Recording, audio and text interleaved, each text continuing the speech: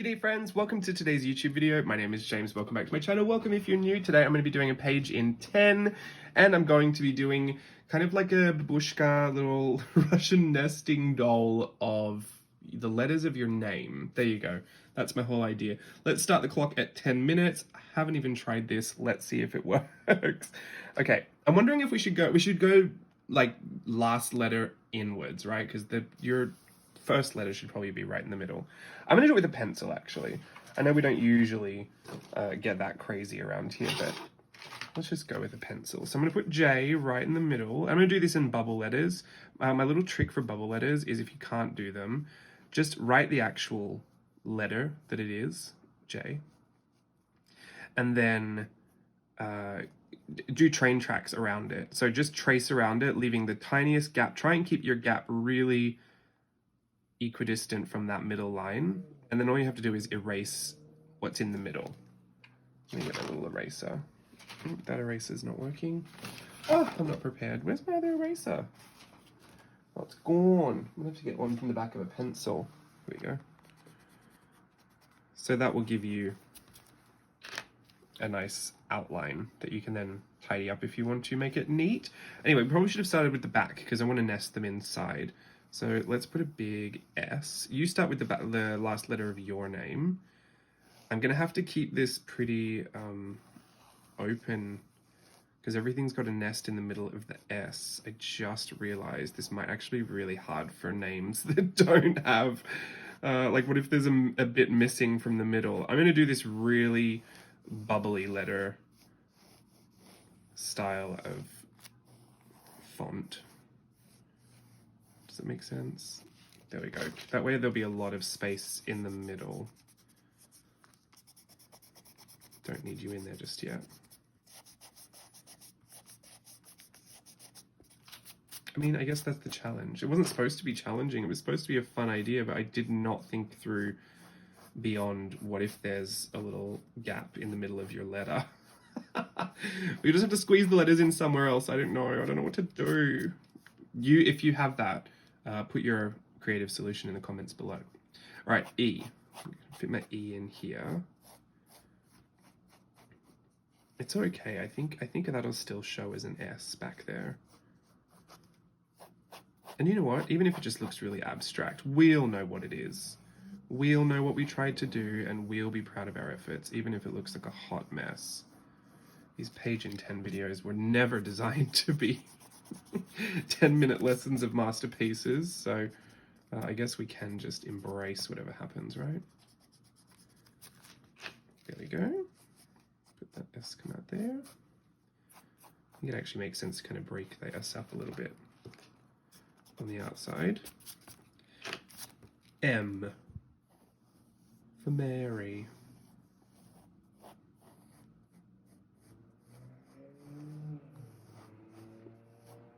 This, like now I'm seeing it, was not what I envisioned in my head, but I'm committed. I'm totally committed to it. A. See, this is easier. This is probably what I was imagining. The M and the A just like this, fitting inside each other. And see the A, I've got a bit missing in the A, but it doesn't matter because I'm going to put the J over the top of it, so it'll be fine. Oh, if your name was Madge, that would have worked really well. Because those fit together nice.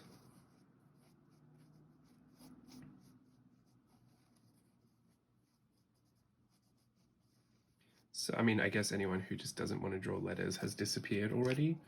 I was going to apologize for making everyone draw really quick letters, but I can't imagine. Are you someone that doesn't like to draw letters that stuck around for this one? Because why did you choose that stress for yourself today? Glutton for punishment, are we? Okay, I think I'm ready to give that a bit of an outline, actually. Might be nice. Where is this? This is a size 12. Sakura Pigma Micron pen. Very chunky. Oh goodness, I just noticed a cat was under there. I didn't know that cat was down there. Oliver, get out. It's resting on a whole bunch of art supplies. So funny, the other day he had a sticker stuck to him. And he just had the look of guilt on his face. Like he shouldn't have been where that sticker was. So the fact that it was stuck to him was like, just caught him red-handed. Like the time I found him with red paint all under his neck and found out that he'd been eating paint. Thank goodness it wasn't toxic.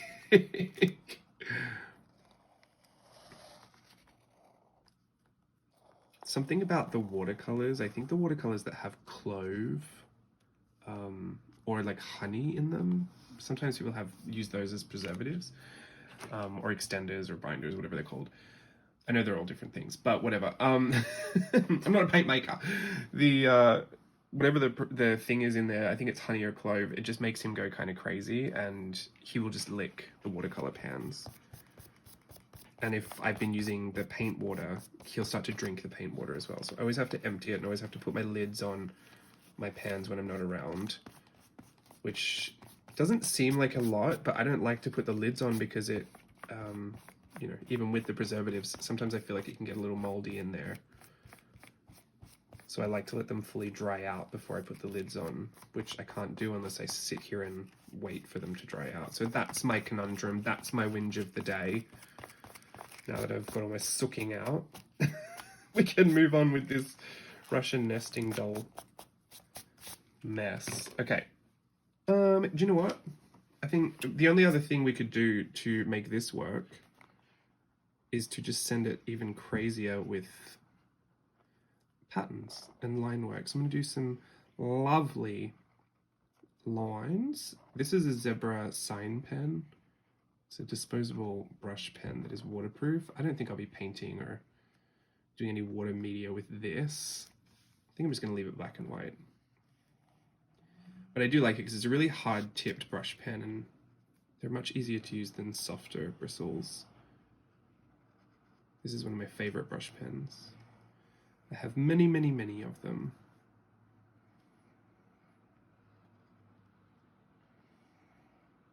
I'm intentionally going for wonky, just in case you're wondering.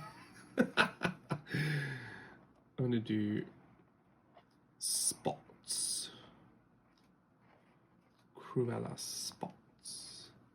Really packed in tight. Usually I do really spread out spots, but we still got 2.5 minutes, so I don't think we have to rush through this process. Hope you're having a lovely day. It's gorgeous weather here today, which just always puts me in a bit of a better mood. I went to post some Etsy shipping and was outside and I was like, I'm just gonna go for a walk, just in the sun. Sometimes I'll just be like the cats and I'll just sit. Our couch has this kind of daybed edge to it and we put that near the window. Sometimes I'll just sit there and let the sun beam in on my face and fall asleep there. Which I'm thinking our window must have UV coating or something. I think this I'm going to do, I'm just going to follow the grid that's on the Hobonichi. It must have UV coating because I've never got burnt doing that. And I do have very sensitive skin to getting burnt. I go straight from pink to red.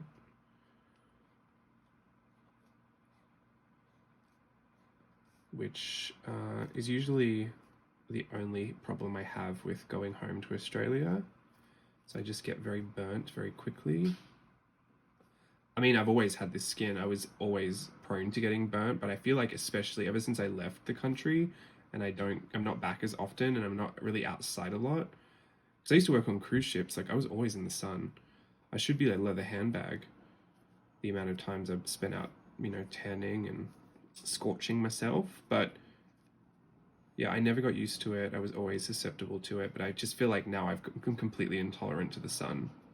All of that to say something about that window keeps me safe, or maybe it's just the American sun is different. Maybe you've still got enough of your ozone layer, it's not getting to me. Not quite sure. I'm not a scientist. No idea. All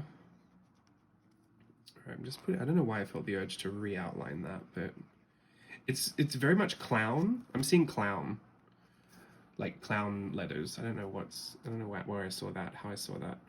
This time I'm going to put dots in each of the squares. You know, I think I'm having a moment with grids. I bought some grid journals that I've been loving, and I want bigger grids. I love that there's a grid in the Hobonichi, but I want a larger grid. They're actually kind of hard to find. I'm thinking like 1 centimeter grids, maybe even like 2 centimeter grids might be something I'm interested in. And let's just do a good old stripes for good measure, because we are art journalists, aren't we? Most of us, some of us. There we go. Turn off clock. Alrighty, there you go. A little babushka names.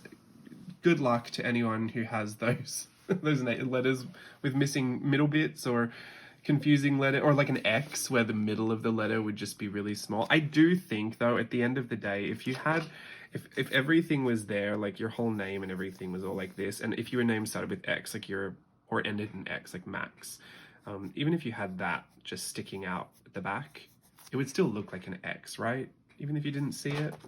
I'm going to stick with that theory. Anyway, thank you so much for joining me. I will see you again for another page in 10 sometime soon, I'm sure. There's a whole playlist of videos, so if you want to see a bunch from the past and do those, be my guest. Otherwise, I'll see you when I see you. Bye.